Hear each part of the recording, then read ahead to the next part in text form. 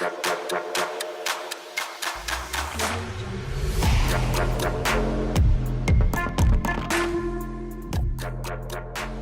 previous video spoke about how or what you should consider before beginning your journey. Forgive me today, it is very hot today. I'm inside our greenhouse as usual for seedlings. You can see they are now coming up. My previous videos showed that we were starting, but now you can see them coming up. Anyway, back to the subject matter. We ended up at the marketing side. We spoke about how you should consider your 4Ps, your product, your price, and your packaging, and then your promotions. We also mentioned that you should conjunct your price, that is the returns you are looking at gaining from for against your product, and then your package.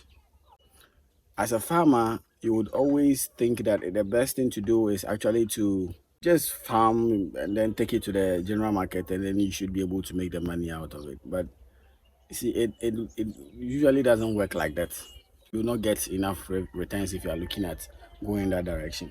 We talk about your product, your packaging, as against the price that you would want to get from it. You are looking at making the maximum out of it, and what you should first of all consider is how do you present the product to the people. Some people decide that instead of actually just presenting it raw from the farm, they will convert it into a different product itself. For example, if somebody is farming maize or corn, you can decide to process it into corn flour. Some of them can decide to process it further into something else. And some of them too decide that it's important to package it. Don't just sell it in bowls or rubbers or polythene or whatever, but you would have a special package for it, so that if you're looking at targeting a premium client, something that the person would want to pay more for as against what somebody else in the farm is bringing to the market.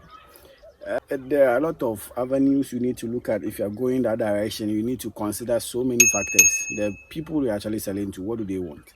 What do you think that they will pay more? What do you think that the value for the money, the extra money they will give you, will be worth? If you consider those things, it's a good way for you to actually enter the agricultural sector, because there are a lot of people who are in the agri space and are not making enough as against some people who entered few months ago and are making so much.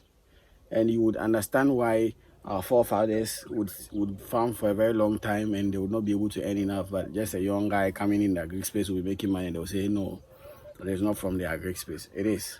Don't let anybody lie to you. Yes, back to the subject matter. Your selling should be different. You have to have a different marketing plan. You should have people help you develop ideas in which you can be able to sell it, other than just bringing it from the farm and giving it to people. You will not be able to add value to it, and you will not be able to earn enough. You consider your price, your promotion, your package, and then your product itself. Moving on, today's subject, I want to talk to you about attitude in general. What I want to speak about is, before you actually decide that you are stepping on the field to go and farm, think like an entrepreneur. Think like a businessman. Don't just decide that farming, they said money is there, let's just jump into it. No, think brother. What do you look at gaining? What is the vision for you? What is the plan? How do you move about things exactly? It should be detailed so that you know exactly where you move from one step to the other. Every season, personally, I have a detailed plan. What I want to achieve, how I want to go by it, what exactly I want to do to achieve it. And because of that, if something is diverting my focus, I know exactly that I'm being diverted because I am not following the plan that I actually wrote down that it would help. It's important that you keep that in mind. You would have an entrepreneur mindset. Plan everything. Execute it with precision. It's very important. Secondly, no man is an island in the agri space. You cannot do it alone. To be honest with you, you need help. Either on the field, either in the planning process, either in every single aspect, you need help. Try to collaborate with people. Try to bring people on board. You see, the agri space is so huge that you can't move around all the sectors, all the angles. You cannot move around. It's Best that you get people that will be doing certain things for you whilst you are doing other things. They always have this saying that entrepreneurs are not the best managers and the best managers are not entrepreneurs. It is partially true, because you cannot be managing whilst having the vision. You cannot be putting things together at the same time, sitting at one place and managing every single thing.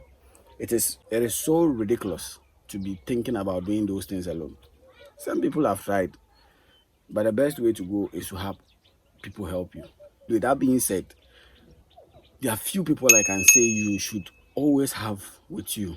One, you should have an agronomist. You would ask, whom is agronomist? Agronomist is someone who has actually studied the plant into detail, every single plant into details, where they know what coloration in a plant means, what nutrition in a plant means, what fertilization, what every single details that has to do with the growth of the plant has been studied by that person.